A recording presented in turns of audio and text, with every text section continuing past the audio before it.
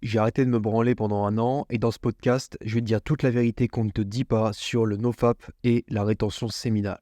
Alors le nofap, c'est un sujet qui est très discuté et très controversé depuis des années, mais au final, quand on fait des recherches là-dessus, on a l'impression que personne ne sait vraiment de quoi il parle.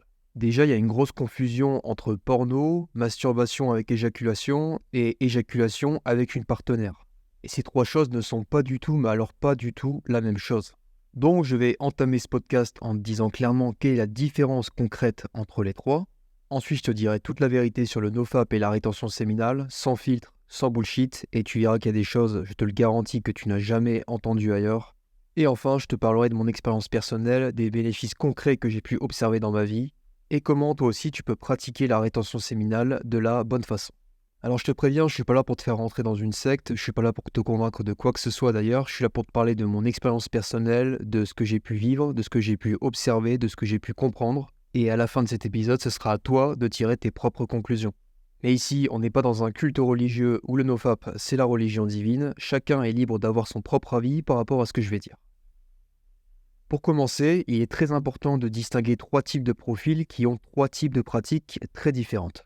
Le premier profil, c'est le branleur compulsif, la mitraillette à sperme.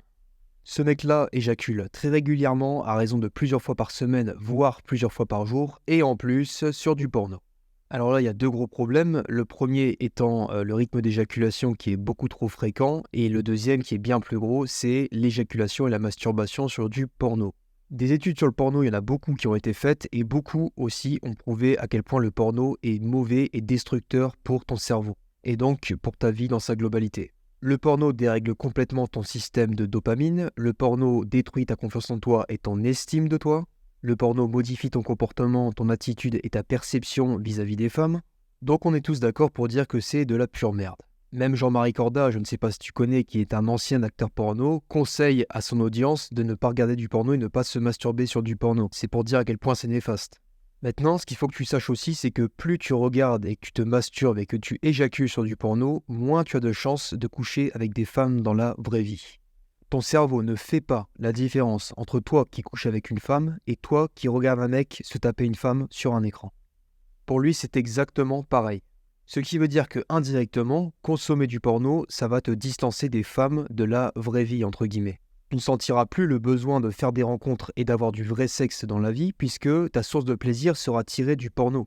Donc, quelque part, le porno te place dans une situation de misère sexuelle. C'est en fait ce qu'on appelle tout bonnement une matrice, une réalité virtuelle. C'est un peu similaire au mec qui passe ses journées sur GTA V et qui est multimillionnaire sur le jeu, mais qui dans la vraie vie vit dans un 8 mètres carrés et bouffe des pâtes au beurre tous les jours. Donc non seulement le porno te fait oublier temporairement tes problèmes, comme le pourrait faire l'alcool par exemple, mais en plus il t'incite à stagner, à rester une larve et à te contenter d'une situation de merde qui te rend malheureux. Autre chose, tu vas constamment sexualiser les femmes au point d'être incapable d'avoir une conversation normale avec elles. Imagine que rien que si tu dois avoir une conversation avec une femme qui t'attire un tout petit peu, comme ton cerveau est drogué au porno, tu vas instinctivement avoir des pensées de sexe avec elle. Et ça, elle va ressentir que c'est pas sincère. Elle va ressentir qu'il peut pas y avoir de connexion humaine authentique avec toi. Donc tu vas être ce mec un peu creepy, bizarre, dont aucune femme ne voudra, et ça va te renforcer dans ce cercle vicieux de te branler encore plus sur du porno. Deuxième catégorie, les mecs qui se masturbent et qui éjaculent occasionnellement sans porno.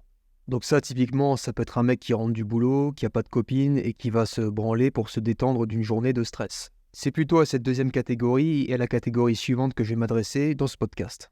Troisième catégorie justement, les mecs qui se masturbent peu ou pas du tout, mais qui ont du sexe et qui éjaculent avec leur partenaire. Alors je vais t'expliquer juste après la distinction entre masturbation et éjaculation solo et avoir du sexe avec une femme et éjaculer dans elle. C'est à ce moment-là qu'on va rentrer dans la partie un peu spirituelle et occulte du podcast. Ça se peut que tu ne sois pas du tout introduit à ces notions que je vais aborder, donc certains éléments peuvent te troubler ou te paraître vraiment bizarres. Ne t'inquiète pas, c'est normal, je t'invite encore une fois à écouter jusqu'à la fin et te faire ton propre avis. Pour t'expliquer cette différence entre masturbation et sexe, je vais t'introduire à la notion d'énergie. Bon, les énergies, on en a déjà entendu parler, tu as les énergies électriques, les énergies thermiques, les énergies nucléaires, chimiques, etc. Et ça, c'est ce qu'on appelle des énergies non humaines. Maintenant, il faut savoir qu'il y a aussi les énergies humaines, et ça, c'est une chose dont on parle très peu, et à mon sens, on essaye même de te le cacher. Il a été prouvé que les émotions humaines pouvaient agir sur ton corps physique. Jusque-là, je dis rien d'extraordinaire. Par exemple, quand tu ressens de la colère, tu vas avoir tes pupilles qui vont se dilater ou tu vas encore avoir ton cœur qui va palpiter. Quand tu ressens du stress et de l'anxiété, avant un examen par exemple, tu vas avoir les mains qui vont devenir moites et tu vas peut-être avoir l'estomac qui va se nouer. Donc quelque part, tu es bien d'accord pour dire que comment on se sent à l'intérieur impacte comment on est à l'extérieur. D'ailleurs, c'est un autre sujet, mais il a été prouvé que des émotions et des sentiments comme le stress peuvent provoquer des cancers par exemple. Donc les émotions peuvent aller jusqu'à créer des maladies. Maintenant, il faut que tu comprennes que tes émotions sont de l'énergie et que cette énergie se transmet aux autres humains. Par exemple, si tu es dans une salle avec quelqu'un à côté de toi qui est complètement stressé, complètement paniqué, complètement anxieux, sans même que cette personne te dise un mot ou te regarde, elle peut te refiler ce stress. Pareil, quand on parle de rire contagieux, eh bien, une personne peut avoir un fou rire et transmettre ce fou rire à d'autres personnes, sans même que ces personnes sachent à la base pourquoi elles rigolent. Eh bien ça, c'est parce qu'on a transmis des énergies. On a reflété notre état interne sur l'extérieur. Maintenant, pour envoyer et pour recevoir une énergie, il faut un émetteur et un récepteur. Un peu comme si tu envoyais un SMS par exemple. Eh bien, ces émetteurs et ces récepteurs s'appellent les chakras humains.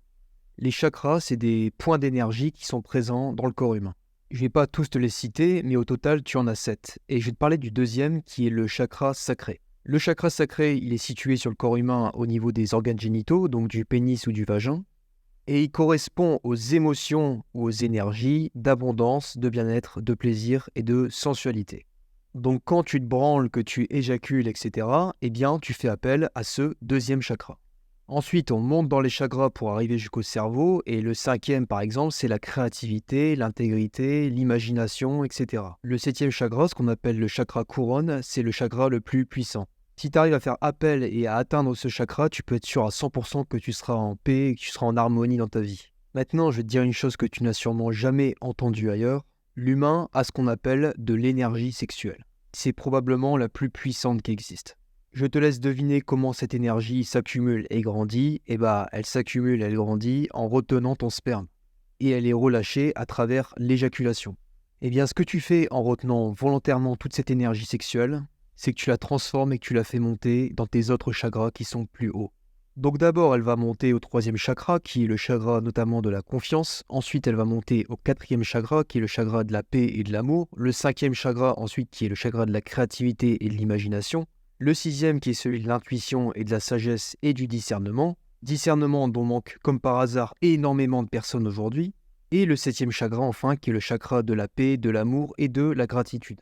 Donc à ton avis, qu'est-ce qui se passe quand tu te branles tout le temps et que tu éjacules tout le temps, ou même régulièrement? Eh bien, tu restes bloqué au deuxième chakra, qui est le chakra du plaisir, du bien-être et de l'abondance. C'est un peu comme si tu te contentais d'un carré de sucre alors que tu pouvais avoir le buffet tout entier. Je suis pas un grand fan de manga, mais t'as peut-être déjà vu l'animé manga Naruto. Et dedans, on parle tout le temps de chakra, c'est même ce qui permet à ces ninjas d'avoir un pouvoir extraordinaire. T'as même un épisode où Rock Lee, qui est un ninja, arrive à débloquer 7 portes, qu'à la première il est nul à chier, il se fait exploser par tout le monde, et quand il a réussi à débloquer la 7ème porte, qui correspond au 7ème chakra, qui est le plus puissant, et bah le mec il devient surhumain, ça devient littéralement un monstre. Eh bien dans la vraie vie, c'est exactement pareil. Les humains tirent leur pouvoir de leur chakra. Sauf que la plupart des humains sont affaiblis parce qu'ils se branlent et qu'ils éjaculent à foison, et donc ils restent coincés au deuxième chakra. Maintenant, si tu me demandes des preuves scientifiques, évidemment qu'il n'y a pas de preuves scientifiques des chakras. Mais aujourd'hui, il y a aussi énormément de choses que la science n'arrive pas à expliquer. Mais il y a des livres, il y a des ouvrages qui datent de plusieurs milliers d'années sur la sexualité, sur les chakras, sur la masturbation, etc. Il y a des chamans, des taoïstes, des mecs très avancés spirituellement qui ont étudié ces sujets pendant des milliers et des milliers d'années. Et ces mecs-là te disent et te répètent que l'énergie sexuelle, ça s'accumule, ça peut être conservé et ça peut être transformé. Puis à côté, t'as Jean-Michel Sexologue qui va dire que non, il faut relâcher tout ce sperme, il faut se branler plusieurs fois par semaine, sinon tu risques un cancer de la prostate. Alors qu'il a été révélé que cette étude sur le cancer de la prostate, dont tous les branleurs compulsifs se servent pour justifier leur addiction, eh bien, elle est inexacte parce qu'elle a été faite dans des conditions qui sont bancales. On a parlé des énergies, des chakras, etc. On va voir un peu rapidement la distinction entre se masturber solo et avoir du sexe avec une partenaire. Quand tu te masturbes solo, eh bien, il faut savoir que tu relâches de l'énergie tout seul. C'est ta main et ta bite, un mouvement de friction, t'éjacules et l'énergie est relâchée. Maintenant, quand tu es avec une femme, c'est un échange d'énergie, tu as deux corps humains. Tu vas quand même relâcher ton énergie sexuelle si tu éjacules, mais tu ne te sentiras pas aussi vide et fatigué que quand tu t'es masturbé. Parce que cette femme t'a donné son énergie et que tu lui as donné la tienne. Maintenant, je vais te donner mon avis et mon expérience personnelle sur la rétention séminale. Je pense que chaque homme devrait faire le test au moins une fois dans sa vie d'arrêter d'éjaculer pendant au moins 3 mois. Pourquoi 3 mois? Parce que 3 mois, c'est exactement le temps qu'il faut pour passer ce qu'on appelle la flatline. Quand tu vas arrêter d'éjaculer pendant une période prolongée, tu vas arriver à un moment où tu vas avoir des effets négatifs. Et ces effets négatifs vont arriver généralement vers le deuxième mois. Ces effets négatifs que j'ai ressentis personnellement, c'est que tu vas avoir 1 ou 2 jours où tu vas vraiment être en chien et 1 ou 2 jours où tu vas absolument rien sentir sexuellement. Tu vas peut-être aussi ressentir de la tristesse et une certaine confusion mentale. Eh bien ça, c'est parce que tes niveaux de dopamine sont en train de te réajuster et généralement ça prend environ 2 semaines. Et malheureusement, c'est là où la plupart des hommes craquent et perdent tous les effets positifs qu'ils étaient sur le point d'obtenir. Si tu arrives à passer cette flatline, je peux te garantir que très peu de temps après, les effets positifs vont être démentiels.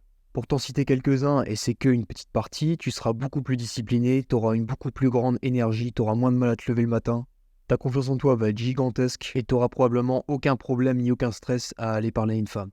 Tu auras enfin réussi à désexualiser complètement ton cerveau et tes relations sociales avec les humains et surtout avec les femmes vont être beaucoup plus naturelles et beaucoup plus fluides. Je t'oblige pas à me croire sur parole, mais encore une fois, je t'invite vraiment à tester au moins une fois dans ta vie, ça te coûte rien. Encore plus si t'as pas de copine ou de partenaire en ce moment, c'est encore plus l'occasion, et c'est personnellement mon cas.